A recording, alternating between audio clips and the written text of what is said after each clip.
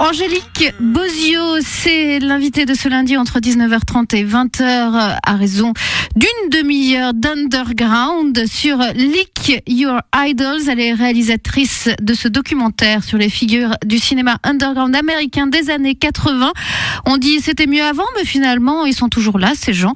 On en parlera donc avec Jean Rouzeau. Angélique Bozio en interview. Lick Your Idols, c'est dans un instant. First of the next 1,000 years. A new legal testimony for a new day. Nova. Le grand mix. Le grand mix. Nova. Le grand mix. Ça peut peut-être faire comme les hommes de caverne, retrouver l'instinct premier, poser sa main sur une roche et mettre de la peinture autour. Et c'est peut-être ça la véritable translation aujourd'hui. Primitive culture has many gods, you know, like even Greek mythology, and you know, it has many different gods, and a lot of them are jealous, hateful, angry. And if you have a society that has no room for them, they're going to come in the back door. Serial killer, porno star, Jane Mansfield, Princess Diane. You're gonna create gods because you need them. L'underground américain bouge-t-il encore ? Nous recevons sur Nova, toujours avec le même plaisir, mais renouvelé, puisque pour l'instant nous l'avons reçu que par la bande. Vous allez deviner, c'est une devinette, une jeune femme qui a fait un film que nous avons passé dans une nuit zébrée. Ce film est un film où on voit beaucoup de choses assez difficiles et transgressives. Elle a mis des années pour le faire. Ce film est sorti en DVD au Chat qui fume. Qui suis-je en quelque sorte ? Je suis. J'ai un nom de marquise. Je suis. Trop facile. Angélique Bozio. Voilà, Angélique Bozio. Bonjour. Voilà, qui a mis des années à monter à New York sans moyens, sans aide et sans production pour faire parler un certain nombre des grands transformateurs de l'après-beat, c'est-à-dire finalement Richard Kern dont vous voyez maintenant les photos dans Vice, Nick Z dont vous ne connaissez pas les films, Lydia Lunch dont on écoutera la musique, Joe Coleman dont on commence à voir par l'intermédiaire d'Asia Argento le travail de copiste, ça a été un grand performeur, et toute cette bande de gens de la transgression new-yorkaise, de ce qu'on a appelé la No Wave, la Cold Wave, la Dark Wave, et qui se sont permis de donner au cinéma la même tonalité qu'avait donné le punk en matière, on le sait, de graphisme, de journaux et évidemment surtout de musique. Alors, Lick Your Idols, c'est le nom de ce documentaire qui a 7 ans de gestation.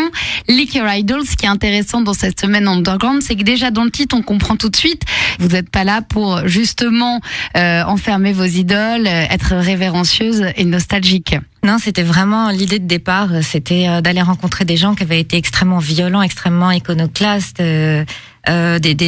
voilà, et d'aller les voir et de ne pas les caresser dans le sens du poil, et justement d'avoir une vision très ironique de la chose, ce qui s'est pas nécessairement passé de cette manière-là, mais l'idée c'était de reprendre un slogan punk qui était Kill Your Idols, de le retourner, de faire le plus mauvais titre au monde, Lick Your Idols, pour bien faire comprendre qu'on était un peu dans la dérision et puis dans la légèreté et dans l'ironie. Voilà. Et il y a quelque chose d'underground dans l'histoire de ce documentaire parce que vous êtes sur un tournage, vous êtes l'assistante de production et vous en avez marre de pas faire votre propre film. Vous allez quand même court-circuiter tout le monde pour monter ce doc. Bah, en fait, c'était une idée complètement folle, c'était parfaitement inconscient. Je crois même pas avoir encore réalisé. Et je suis toujours assistante ou secrétaire de production d'ailleurs, mais oui, ça m'ennuyait d'être à la merci de tout le monde et puis moi de rien concrétiser, de rien faire. Et j'étais assez fascinée par ces personnes-là. Donc voilà, j'ai pris rendez-vous avec eux, je leur ai écrit, ils ont répondu. J'ai dit qu'il y avait Agnès B derrière, que voilà, tout était prêt, que j'avais l'argent, le matériel, et les techniciens. Et j'ai pris des rendez-vous à New York. J'avais pas l'argent pour payer mes billets, tout simplement. Vous aviez rien de tout ça? J'avais rien. J'étais une imposture totale. Voilà. Mais le cœur y était, et la volonté y était, et c'était extrêmement sincère. Je me disais, si je mets tout en branle, ça va se faire. Ça reste underground, ça. Cet artiste qui décide, quand on n'a pas un radis, de proposer quelque chose dont la société ne veut pas et dont la norme ne veut pas. faut quand même tenter le coup. C'est ça un peu l'histoire de votre film. Je pense que quand même, on l'a vu sur Basquiat, on le voit quand on relit Patti Smith ou qu'on relit Lydia Lunch. Il y a eu non seulement ce New York peu cher, avec toutes sortes de combines, d'arrangements, comme nous à Paris, on logeait à plusieurs les uns avec les autres, on s'entraidait énormément. Mais il y a eu aussi une vraie volonté, une vraie culture avec quelques organismes, galeries. N'oubliez pas que c'est là-bas qu'est Max Pécasse avec son underground film Society. Enfin, il y a quand même un certain nombre de la galerie PS1. Enfin, il y a eu comme ça un certain nombre de gens qui quand même aidé avec 3 sous les artistes qui s'aidaient entre eux, etc. C'est ce qui nous manque beaucoup à Paris, où on n'a que des gens de espèce d'establishment, de réseau, etc. Et on voit d'ailleurs que... Et c'est ce qui manque aujourd'hui à New York. C'est par hasard si Lydia Lunch vit à Barcelone, non ? Oui, ils se sont beaucoup exilés aussi. Ils ont cherché. Mais Lydia Lunch, elle a un discours très précis là-dessus, vraiment très réaliste. Où effectivement, elle a eu besoin de partir à Londres, elle a eu besoin de partir à Barcelone, etc. Parce qu'elle ne trouvait plus dans New York cette émulation-là. Mais on parle beaucoup d'art là, de références, de mécènes, etc. Faut aussi, moi, ce qui m'a fasciné chez eux, certes, c'est des étudiants en art, ils savent ce qu'ils font, mais ils sont dans un état tel à cette époque-là et ils ont une rage telle qui se filment tous les jours. C'est à la fois de l'art et à la fois un témoignage direct de ce qui se passe à cette époque-là. Richard Kahn, son premier film, c'est se filmer lui et ses amis en train de se shooter à l'héroïne chez lui. Et donc c'est à la fois quelque chose en art, moi, qui m'a marqué. Je trouve ça. Oui, c'est un peu comme Nan Goldin. Hein. C'est du Nan Goldin en cinéma, oui, mais ouais. C'est un autre esprit. Ils anticipent la version édulcorée qu'on connaîtra nous en France de l'autofiction, quoi.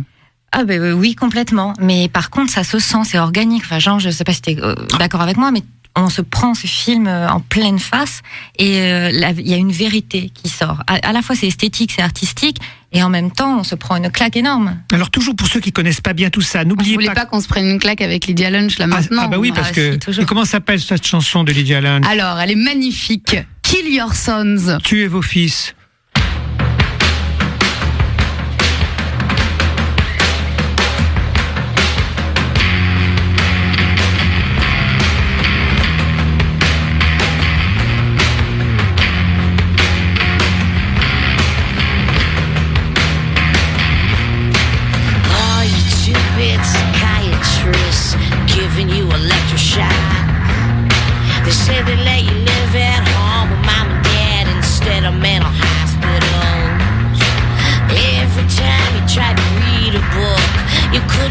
Page 17 because you forgot where you were, so you couldn't even read. Gonna kill your songs, kill your songs. Don't you know they're gonna kill your songs? Don't you know they're gonna kill your songs until they run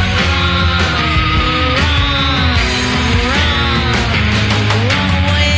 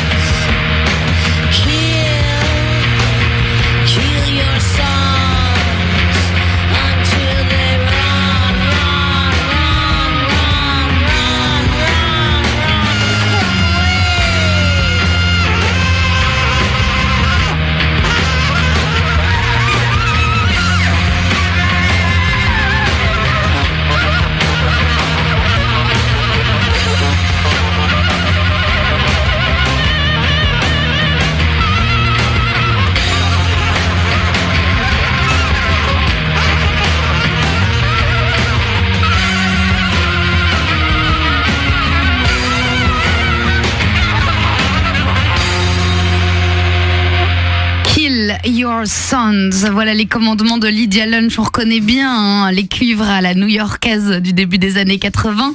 Big Sexy Noise, Lydia Lunch qui va sortir un album bientôt avec Alan Vega. On en reparlera en janvier. Avec nous, Angélique Bozio pour l'Underground US et ce documentaire Like Your Idols sur le cinéma La Transgression. Rapidement, Lydia Lunch pour ceux qui débarqueraient. Oh, je vais le dire en 2 mots. Mais attends, on peut parler à Angélique. Oui, d'accord. Moi, je dirais, alors Jean va hurler, et je dirais, c'est la Madonna de l'Underground. Parce que Jean hurle. Il hurle.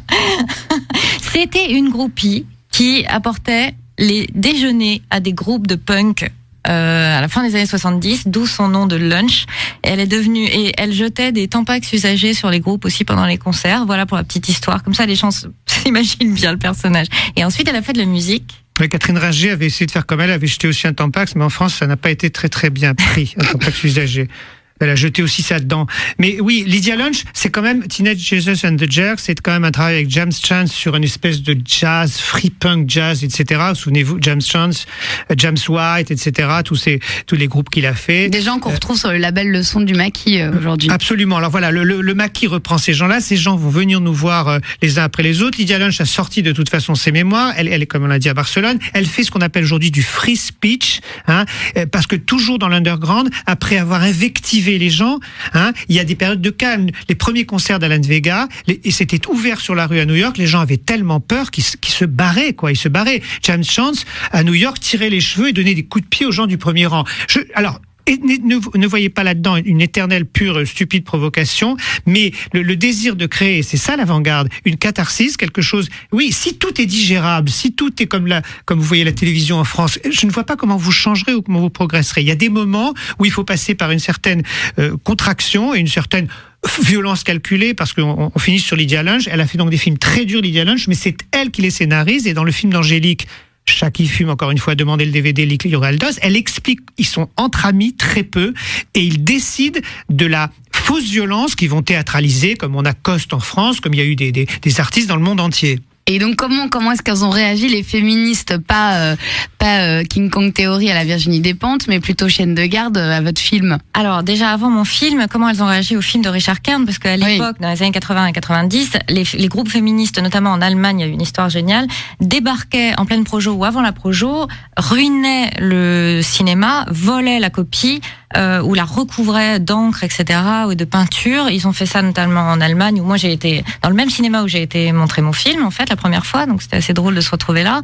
Et lui, il s'est fait harceler par des modèles, alors qu'elles avaient accepté de poser pour lui, mais il était harcelé ensuite. Elles lui pourrissaient la vie, et c'est pour ça qu'il se protège beaucoup maintenant avec ce qu'on appelle des release forms, d'où le titre d'un de ses bouquins. Et la réaction, moi j'étais très étonnée, j'ai eu un rédacteur en chef d'un magazine français que je ne citerai pas, mais qui m'a dit non, après quand on aura coupé, et qui m'a dit mais j'aurais jamais pensé qu'une fille puisse faire ça, en parlant de moi qui avait fait ce documentaire, et de Lunch qui jouait dans ses films. Et ce que la plupart des gens ignoraient, c'est que Lunch effectivement écrivait ces scènes avec Kern. C'est pas Kern qui est diabolisé, qui les écrivait. C'est elle qui mettait en scène ses désirs, ses envies, ses peurs, etc. Après, tout le monde les prend parce que c'est une femme, tout le monde les prend au premier degré et ne va pas réfléchir plus loin. Et c'est ça qui est énervant. Je pense pas qu'une femme puisse avoir cet imaginaire suffisamment obscène et violent qu'a eu Lydia Lunch pour imaginer les scènes de viol, entre autres, qu'il y a dans les films. Oui, puis il n'y a pas de discours, c'est toujours pris comme au premier degré, vraiment. Si elle fait ça, alors elle se dégrade elle-même. Il n'y a pas d'ironie, selon eux, il n'y a pas d'humour, il n'y a pas... Voilà, ce qui est assez choquant. Une fois que les monstres se trouvent incarnés à un endroit ou un autre dans la société, il y a une paix sociale, en fait. C'est tout sauf l'excitation de la violence. Mais c'est ce que Durkheim disait, etc. C'est une soupape de sécurité à toute culture, de toute façon, à toute société. Et voilà. Et c'est la catharsis dont parlait Jean aussi. Et ces gens-là cherchent une forme de rédemption. Coleman dit effectivement que ces gens-là essaient de s'exprimer. Et c'est leur moyen de s'exprimer. Ils les excusent pas, il les met